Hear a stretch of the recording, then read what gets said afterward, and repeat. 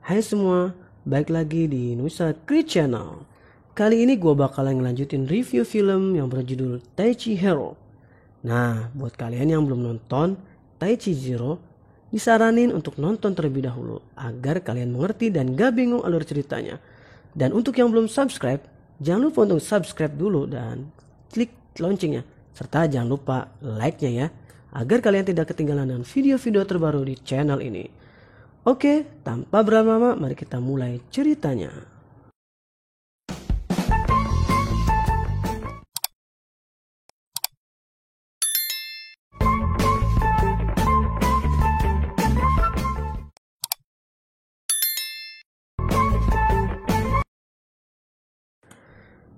Di awal film terlihat Luchan sedang tidur santuy di alam bebas.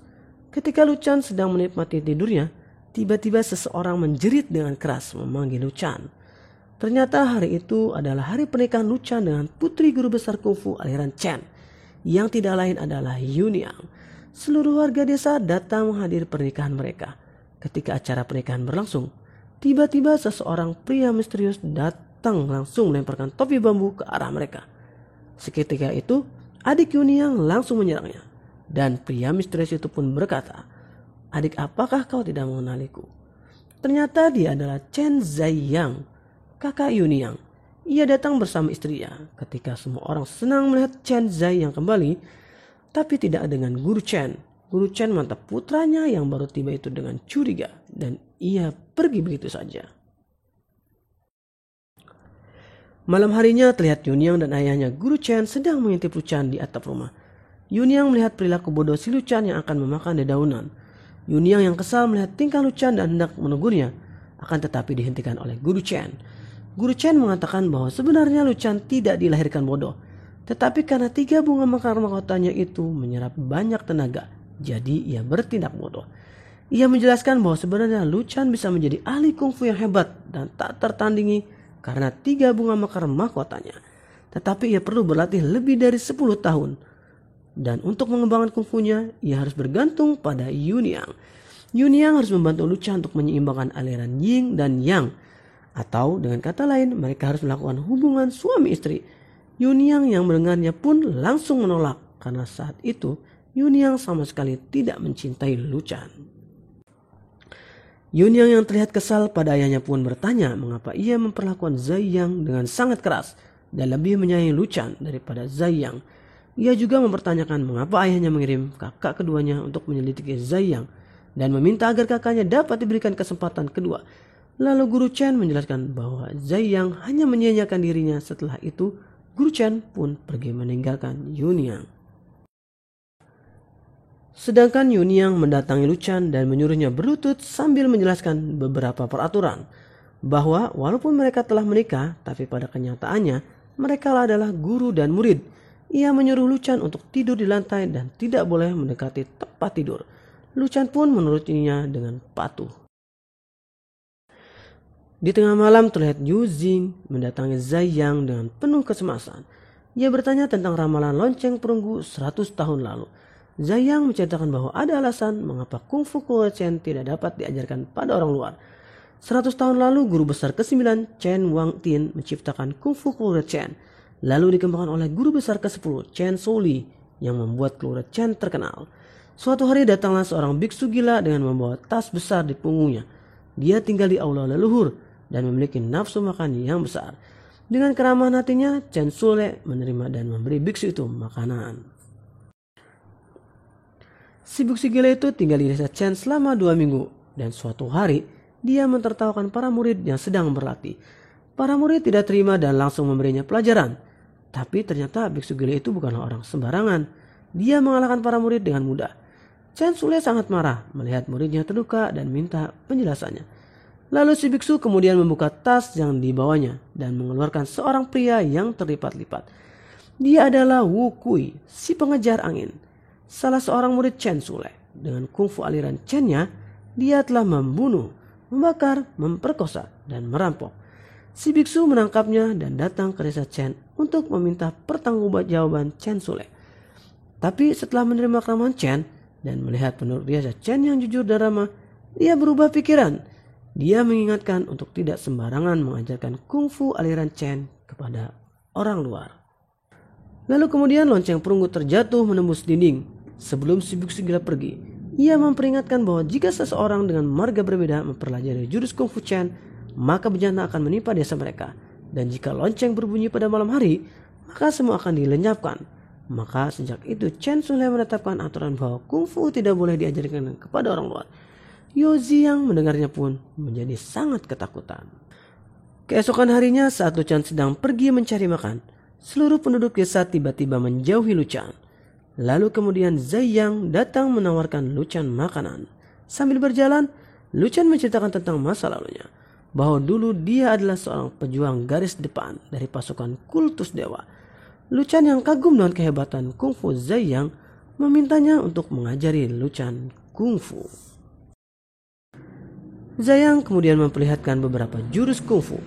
Luchan pun semakin terkesan. Namun tiba-tiba Yuji datang bersama beberapa orang hendak mengusir Luchan dari desa Chen untuk mencegah bencana.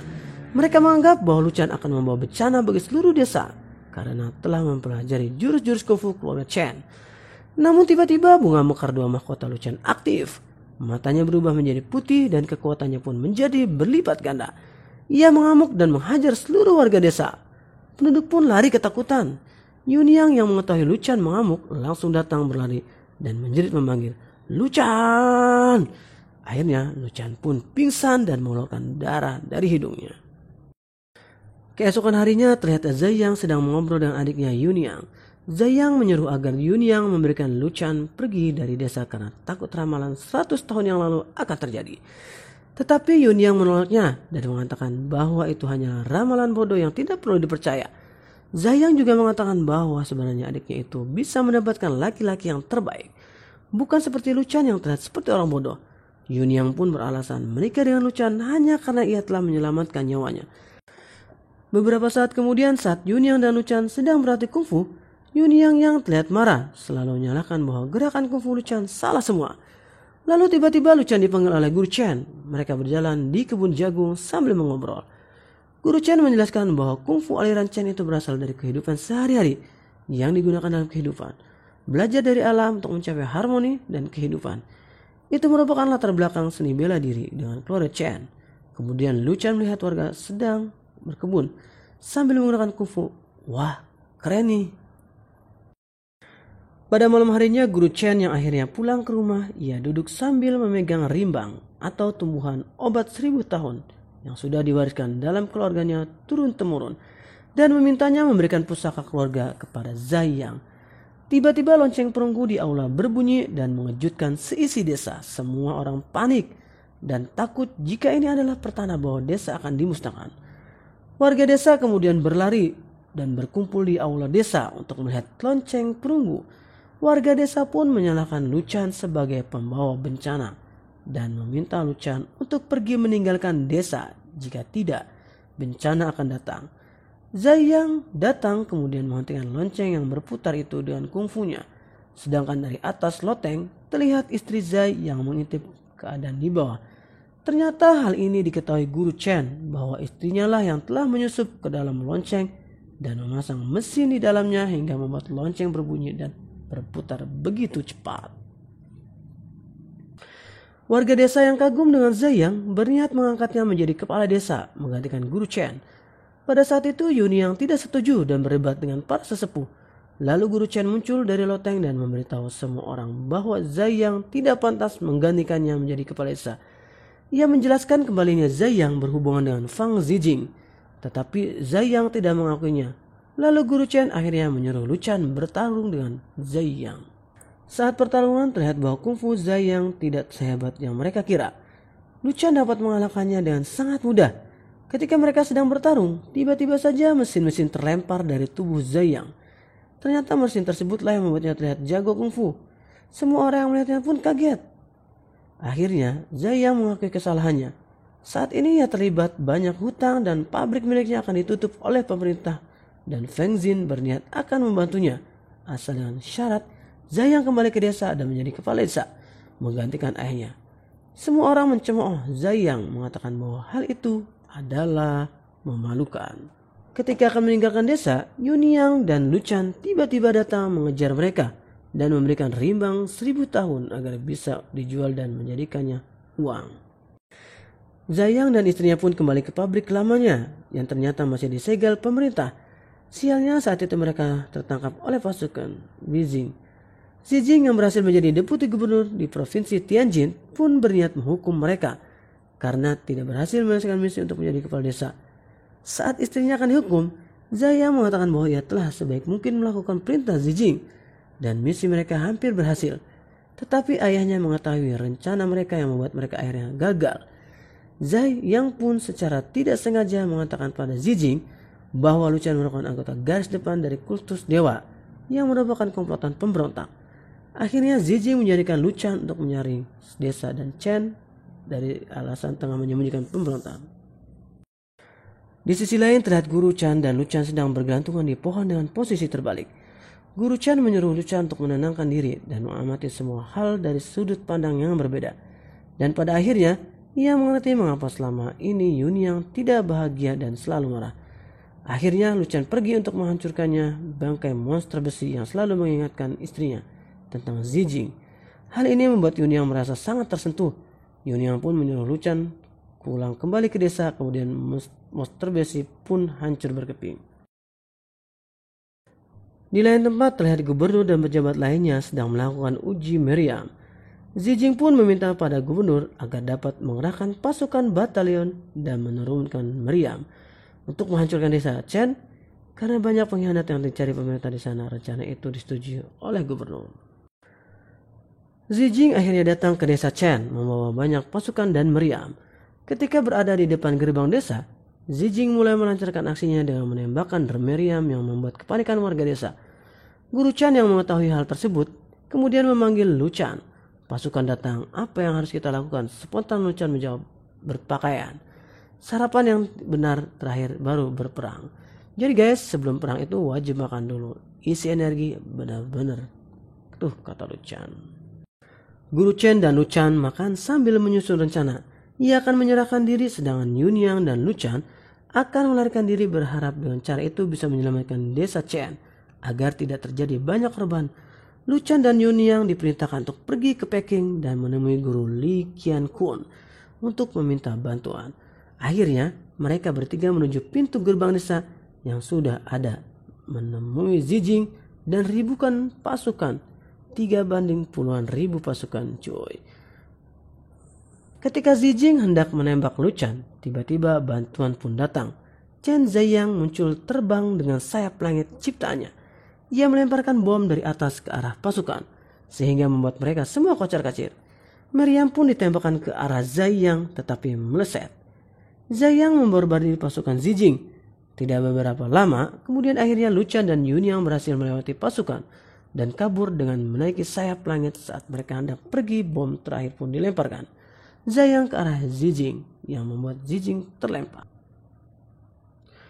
Akhirnya Luchan dan Yunyang tiba di Peking untuk bertemu guru Li Qiankun.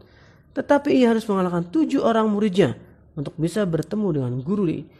Luchan pun berhasil menang tanpa melukai mereka sedikit pun dan akhirnya bertemu dengan guru Li. Akan tetapi guru Li tidak bisa membantunya karena masalah di desa Chen berkaitan dengan proyek rel kereta api, korupsi dan pemberontakan, dan itu hanya pangeran yang bisa menyelesaikannya. Guru Li akhirnya memohon kepada pangeran untuk menolong mereka dan menyelidiki kasus di desa Chen. Pangeran pun akan membantu mereka menyelesaikan dan menyelidiki kasus di desa Chen dengan syarat Luchan dan Yunyang dapat membuktikan bahwa mereka benar-benar berasal dari desa Chen dan menunjukkan kepadanya keahlian kungfu Chen. Pangeran meminta mereka bertarung dengan guru. Saat pertarungan, Luchan mampu melawan guru Li dengan imbang dan ia pula mampu menyatukan yin dan yang, memadukan kenyataan dan hayalan, sehingga dalam pertarungan guru Li dan Luchan tidak mementingkan siapa yang menang dan kalah. Akan tetapi pencapaian yang dilakukan Luchan itu jauh lebih penting. Pangeran yang tertarik dengan filsafat kungfu, keluarga Chen memberi nama menjadi Kungfu Taichi. Dan akhirnya pangeran membantu Luchan menyelesaikan masalah di desa Chan. Dia juga membebaskan guru Chen dan Zai yang dari penjara serta memindahkan rute rel kereta api yang mulanya akan melewati desa Chen, dan film pun berakhir. Terima kasih.